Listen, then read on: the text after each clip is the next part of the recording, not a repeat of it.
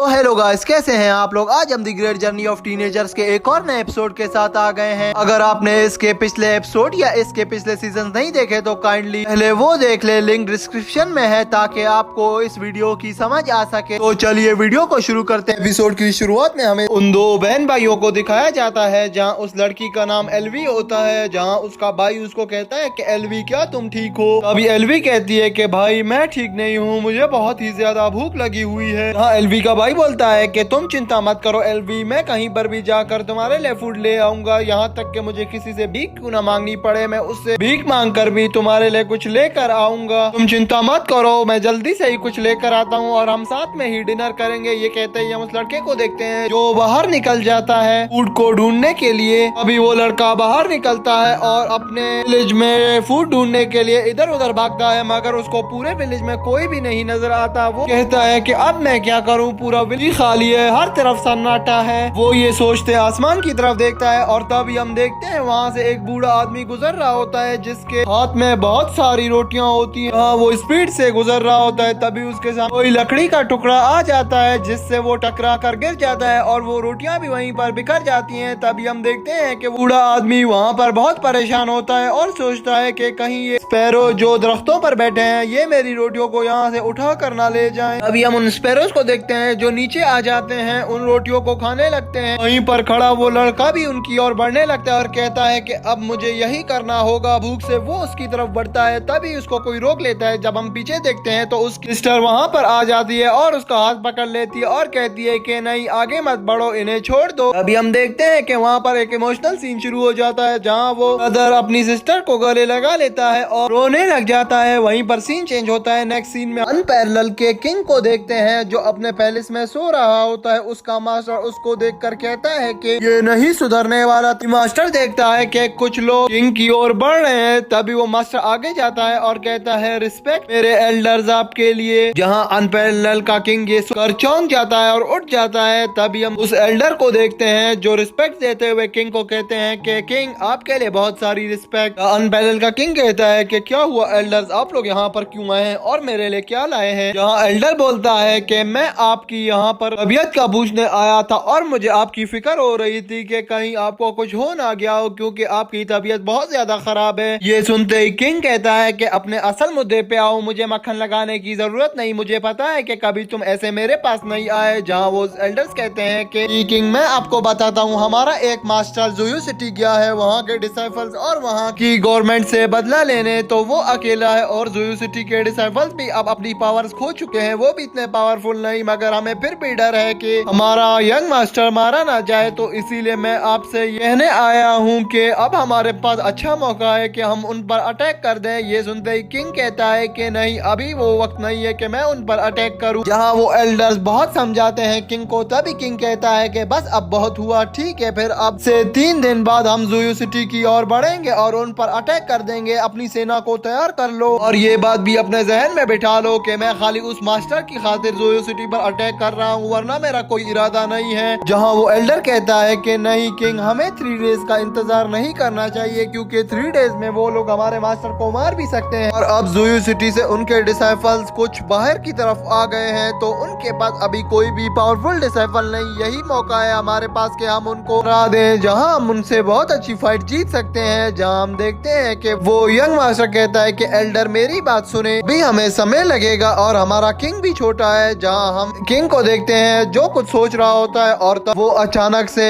अपना एक sword bag निकालता है और अपने कंधे पर रख लेता है और कहता है कि मैं एल्डर्स आप लोगों की बहुत रिस्पेक्ट करता हूँ और आपके ही कहने पर मैं वहाँ जाऊंगा और फाइट करूंगा, मगर यहाँ पर कुछ भी गड़बड़ हुई या कुछ भी आप लोगों की ये साजिश हुई, अगर ज़ोयू सिटी के डिसाइपल निर्दोष हुए और मैंने उन्हें मार दिया तो फिर मैं आप लोगों को नहीं छोड़ूंगा। ये बात आप भी जान लें और अपने इन दूसरे एल्डर्स को भी बता दें। ये कहते ही हम किंग को देखते हैं जो उस पैलेस से निकल रहा होता है, जहाँ वो मास्टर उसके पास आता है और पूछता है कि किंग क्या हम वाकई में ज़ोयू सिटी पर अटैक करने वाले हैं। जहाँ वो किंग कहता है कि नहीं, तुम पागल हो क्या। जहाँ वो मास्टर कहता है कि तो किंग आपने तो उन लोग एल्डर्स को तो यही बोला है कि हम उन पर अटैक कर रहे हैं। जहाँ किंग कहता है कि बस तुम मेरी बातों में ज्यादा इंटरफेयर नहीं करो, बस मुझे खाली इतना पता करके दो कि हम लोगों का मास्टर ज़ोयू सिटी किया गया है या नहीं, ये कोई साजिश है हमारे साथ, ऐसे नहीं हम उन पर अटैक कर दे और हमारा हमारा मास्टर वहाँ गया ही ना हो, पहले इस बात को कंफर्म कर लो कि हमारा मास्टर जोयो सिटी चला गया है या कहीं छुप कर बैठा है। और तभी सीन चेंज हो जाता है। नेक्स्ट सीन में हम देखते हैं कि xiaosu, लीवू जी और टांगलियान समंदर के किनारे एक हट में बैठकर ये बातें कर रहे होते हैं कि हमें सांशी सिटी जल्दी से ही पहुंचना है, उसके लिए हमें एक बहुत बड़ी शिप की जरूरत होगी। कोई छोटी मोटी कश्ती में हम सांशी सिटी नहीं जा सकते क्योंकि वहाँ पर बहुत बड़ा समंदर है और उस समंदर को डीप सी भी कहते हैं क्योंकि वो दुनिया का सबसे गहरा समंदर है। तो हम वहाँ पर ऐसे कश्तियों में नहीं जा सकते। जहाँ xiaosu कहता है कि हाँ टांगलियान तुम बिल्कुल ठीक कह रहे हो, हमें उसके लिए कोई ना कोई अपना इंतजाम तो करना ही होगा। ये सुनते ही हम लीवू को देखते हैं जो xiaosu से कहता है अगर हम मिस्रियों को भी अपने साथ सनशाइन सिटी ले जाए और कहीं हम उसका इलाज वहाँ पर ढूंढ कर उसको वहीं पर वो जड़ी बूटी दे दे। जो हम xiaosu को देखते हैं जो कहता है कि नहीं, मेरा दिल नहीं मानता कि मिस्रियों को भी हम साथ ले जाएं क्योंकि वो बीमार हैं। और ये कहते ही लीवू जी कहता है कि और क्या xiaosu जल्दी बताओ, मुझे लगता है कि वो मुझे पसंद करती है। ये सुनते ही लीवू जी के होश उड़ जाते हैं। जहाँ xiaosu कहता है कि पागल, वो मतलब नहीं था मेरा मतलब ये है कि मुझे लगता है रियो मेरी मदद करना चाहती है कि वो मुझे त्यांकी सिटी वापस ले जा सके ताकि मैं क्राउन प्रिंस की पोजीशन पर वापस आ सकूं। ये सुनते ही लीवू जी कहता है कि तो फिर इसमें क्या प्रॉब्लम है, तुम्हें एक प्रिंस बनाया जा रहा है और तुम पागल हो क्या, एक प्रिंस नहीं बन रहे। ये कहते ही हम देखते हैं वहाँ पर हमें नेक्स्ट रूम में दिखाया जाता है जहाँ अटलस बैठा होता है और कहता है कि तो मेन प्रॉब्लम ये है xiaosu की त्यांकी सिटी जाने में कि उसे वहाँ पर क्राउन प्रिंस बना दिया जाएगा। हाँ मिस रियो कहती है हाँ बिल्कुल यही बात है अटलस, बस मेरी एक यही विश है कि मैं xiaosu को वापस त्यांकी सिटी पहुँचा दूँ और क्राउन प्रिंस बना दूँ। ये सुनते ही मेसी कहती है रियो जी फिर मुझे ये बताओ कि xiaosu क्या चाहता है। जहाँ रियो कहती है कि मैं अभी तक ये मालूम नहीं करा सकी हूँ कि xiaosu असल में क्या चाहता है, अगर सामने ये जो लेडी बैठी है सीकोंग इसको सब पता है वो क्या चाहता है। ये सुनते ही सीकोंग के गले में पानी फंस जाता है और वो खांसने लग जाती है और वो काफी सोचने के बाद कहती है कि वो चाहता है कि मैं उसके लिए किसी को इन्वेस्टिगेट करूँ। सीन चेंज होता है। नेक्स्ट सीन में हम देखते हैं हमें लीवू जी को दिखाया जाता है जो बहुत ज्यादा हैरान होता है और पूछता है कि और कहता है कि क्या यही वजह है जिसकी वजह से मेरी मदर की डेथ हुई। जहाँ xiaosu कहता है कि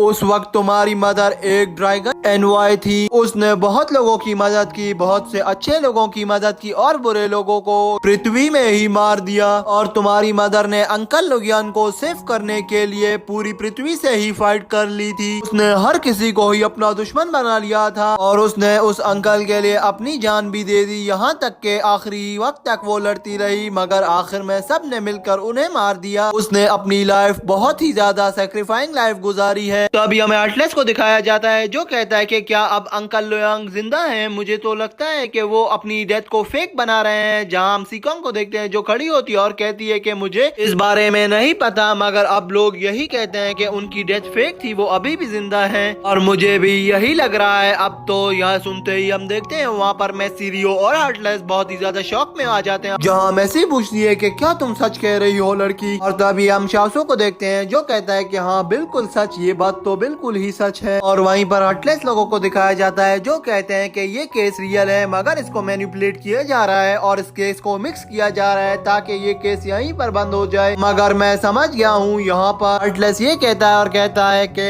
अंकल लोयांग जो भी है वो भी जिंदा है और इस केस को मैनिपुलेट करने की कोशिश की जा रही है और रियो भी यही बात कहती है। तभी हमें xiaosu को दिखाया जाता है जो कहता है कि अगर अब इतना सब जानने के बावजूद भी मैं वापस त्यांकी सिटी जाऊं और एक क्राउन बन जाऊं तो मुझे ये बहुत ही अजीब लगेगा और मैं बहुत ही शर्मिंदा होऊंगा। मुझे इस केस को सॉल्व करना है जिसके लिए मैंने सीकोंग को भी बोला हुआ है और अब मैं अपनी पूरी कोशिश करूंगा सबसे पहले इस केस को सॉल्व कर लूं। मुझे इसकी नहीं परवाह कि कोई भी क्राउन प्रिंस बन जाए, मुझे क्या, मगर पहले मैं इस केस को सॉल्व करूंगा तभी मैं अगर कोई क्राउन प्रिंस बन सका तो बनूंगा। तभी लियो जी वहाँ पर पूछता है कि मुझे ये बताओ xiaosu तुम्हें इन सब में मास्टरमाइंड कौन लगता है। जहाँ xiaosu लियो जी से कहता है कि मुझे इन सब में मास्टरमाइंड xiao लगता है, xiao से ही मुझे मेन प्रॉब्लम है, मुझे लगता है कि सारे मास्टरमाइंड और प्लानिंग उसी ने की है। जहाँ लियो जी कहता है कि अच्छा तो तुम्हें xiao पर शक है। ये सुनते ही टांगलियान को हम देखते हैं जहाँ टांगलियान अपना सर को हिलाता है और कहता है कि बस भी करो। तो अभी हम लिटिल फिजिशियन को देखते हैं, वो भी अपना सर हिलाती है और कहती है कि बस अब मैं बहुत इरिटेट हो गई हूँ। जहाँ xiaosu लियो जी से कहता है कि इतना सब बताने के बावजूद भी तुम्हें कुछ समझ नहीं आता, क्या तुम बेवकूफ तो नहीं हो। और जो अंकल लोयांग है मुझे लगता है कि वो भी यूज किए गए हैं, मुझे नहीं लगता कि वो इतने बुरे बुरे बंदे हैं उनको भी यूज किया गया है यहाँ पर। और अंकल ने इस केस को सॉल्व करने की, मगर इसमें हर मोड़ पर एक नया ही चीज सामने आ जाती है। तो मुझे भी लगता है कि अंकल ने इसीलिए इस केस को छोड़ दिया था और फिर अब तो बहुत ही ज्यादा लेट हो गया था, इसीलिए वो छुपे रहे और यही बात को वायरल होने दिया कि मेरी डेथ हो चुकी है, ताकि लोग उनसे मिल ना पाए और इस केस के बारे में ना पूछ सके। ये कहकर शाओसो उठ जाता है अपनी सीट से और बाहर खिड़की की तरफ चला जाता है, जहाँ वो समंदर को देखता है और कहता है कि मेरा फादर बहुत ज्यादा एक्साइटेड होगा कि मैं अब टाइम की सिटी वापस आऊंगा और वहाँ का एक क्राउन प्रिंस बन जाऊंगा। ये मेरे फादर का एक सपना था, मगर सबसे पहले मुझे इस सपने को अपने पूरा करना होगा इस केस को सॉल्व करके। और मेरे फादर को इस सपने से ज्यादा मेरी प्रोटेक्शन की परवाह है, क्योंकि मैं एक डिसेबल पर्सन हो गया हूँ, मेरी सारी स्किल्स भी खत्म हो चुकी थी। ये देखकर मेरे फादर मुझे कहीं भी नहीं छोड़ते थे, यहाँ तक कि वो मुझे घर से भी बाहर नहीं निकलने देते थे। और वो मुझे एक क्राउन प्रिंस इसीलिए बनाना चाहते हैं कि मेरी तरफ हर टाइम गॉड खड़े हो और हर टाइम मेरे पास सर्वेंट ही सर्वेंट हो, मेरे आसपास हर टाइम गॉड्स का पहरा हो। इसीलिए उसने मुझे कभी भी कुछ नहीं कहा, मगर मैंने उनकी बात नहीं मानी, क्योंकि मुझे इस केस को सॉल्व करना था, इसीलिए मैं निकल कर तुम्हारे साथ आ गया था लीवो जी। ये सुनते ही वहाँ लीवो जी, लिटिल फिजिशियन सब बहुत हैरान होते हैं। इसकी बातें टांग ल्यांग भी सुनकर इमोशनल हो गया होता है। अभी हम शाओसो को देखते हैं जो खिड़की से वापस यहाँ पर आता है टेबल की, और वो सबको हैरान देखकर कहता है कि बस अब छोड़ दो इस बात को, अब टॉपिक को चेंज करो। तो हम आगे किस बारे में बात कर रहे थे? मुझे अब याद आया, तो हम तो शिप के बारे में बात कर रहे थे। मैं कहाँ से कहाँ निकल गया, मुझे ये बताओ कि अब हम शिप का बंदोबस्त कैसे करेंगे? ये सुनते ही वहाँ पर बिग ब्रदर टांग ल्यांग कहता है कि ये बहुत बड़ी समस्या है, हमें शिप बहुत मुश्किल से मिलेगी, वो भी सांशियान सिटी के लिए। यहाँ तक के फिशिंग बोट्स वाले भी हमारी मदद नहीं कर सकते, क्योंकि वो भी इतने डीप सी की तरफ नहीं जाते, वो भी कुछ ही आगे तक जाते हैं। और यहाँ तक के आर्मीज की भी शिप यहीं तक जाती है और इससे ज्यादा आगे नहीं जाती। अब बस हमारे पास एक ही रास्ता है। ये कहते ही टांग ल्यांग शाओसो की तरफ देखता है, जहाँ शाओसो भी हैरान हो जाता है और उस तरफ देखने लग जाता है। तभी हम देखते हैं कि हमें एक लॉन्ग शिप को दिखाया जाता है, जहाँ उस लॉन्ग शिप की लेंथ और विड्थ के बारे में बताया जाता है कि ये शिप तो 44 मीटर लंबी और 18 मीटर विड्थ में चौड़ी है, और सिर्फ वही शिप ही डीप सी तक जा सकती है और बाकी शिप तो कोई भी नहीं जा सकेंगी, क्योंकि ये शिप डिजाइन ही डीप सी के लिए हुई थी। मगर ये शिप जिस फैमिली के पास है वो किंगजू फैमिली है। अभी हम वहाँ लिटिल फिजिशियन और लियो जी को देखते हैं, जो खिड़की की तरफ से बाहर देखते हैं और कहते हैं कि क्या तुम लोग इस शिप के बारे में बात तो नहीं कर रहे? जहाँ हम शाओसो को देखते हैं, जो पीछे की तरफ देखता है और कहता है कि ये कैसा कोइंसिडेंस है, अभी तो हम इसके बारे में बात ही कर रहे थे और अचानक से ये हमारे सामने ही आ गई। ये कहते ही वहाँ पर सीन चेंज हो जाता है। नेक्स्ट सीन में हमें हार्टलेस लोगों को दिखाया जाता है, जहाँ यो कहती है कि हमें भी चलना चाहिए, जहाँ पर हम देखते हैं सीकों को, जो कहती है कि शाओसो लोग सांसी सिटी की तरफ जा रहे हैं, जो ईस्ट रीजन की ओर है, और इतनी दूर कोई भी शिप नहीं जा सकती, सिर्फ सीडर लॉन्ग शिप है वही वहाँ पर जा सकती है, जो डीप सी के लिए बनी हुई है, और वही शिप इनके मिशन को पूरा भी कर सकती है। अगर मुझे नहीं लगता कि इनके पास कोई रिसोर्स होगा उस शिप को उठाने के लिए, यहाँ तक कि वो शिप का जो मालिक है वो किंगजू फैमिली से है। ये सुनते ही वहाँ पर रियो कहती है कि तुम गलत बोल रही हो। मेसी को देखते हैं, जो कहती है कि क्या तुम हमें उस लॉन्ग सीडर शिप के पास ले जा सकती हो? ये सुनते ही मिस रियो कहती है कि नहीं, वो कोई घूमने की जगह नहीं, वो एक शिप है जो सांची सिटी की तरफ जा सकती है और कोई शिप नहीं जा सकती, क्योंकि वो डीप सी वाटर में सर्वाइव कर लेगी, बाकी शिप्स वहाँ पर सर्वाइव नहीं कर पाती और वो वहीं पर ही उलट जाती हैं। तुम अभी तक नहीं समझी हो मेसी, और हमारे पास एक ऐसी लेडी है जिसने इस शिप के प्रॉब्लम को सॉल्व कर लिया है हमारे लिए। और वहीं पर सीन चेंज हो जाता है। नेक्स्ट सीन में हमें एक बांस को दिखाया जाता है जो उड़ रहा होता है और उड़कर उस लॉन्ग सीडर शिप के और चला जाता है, जहां हम देखते हैं कि उसी शिप के ऊपर एक मोटा सा आदमी घूम रहा होता है। और तभी हमें वहां पर शिप को दिखाया जाता है, जहां उसके अंदर एक दरवाजा होता है और वो दरवाजा ओपन होता है। तभी उससे एक खूबसूरत सी दिखने वाली लेडी बाहर निकलती है, जिसका नाम रूही होता है। ये दिखाते ही वहाँ पर एपिसोड एंड हो जाता है। तो दोस्तों, अगर वीडियो अच्छी लगी हो तो काइंडली वीडियो को लाइक और चैनल को सब्सक्राइब कर देना और कमेंट बॉक्स में अच्छे कमेंट कर देना, ताकि हम मोटिवेट होते रहें। तो चलिए मिलते हैं किसी अच्छी और नई वीडियो के साथ, तब तक के लिए बाय।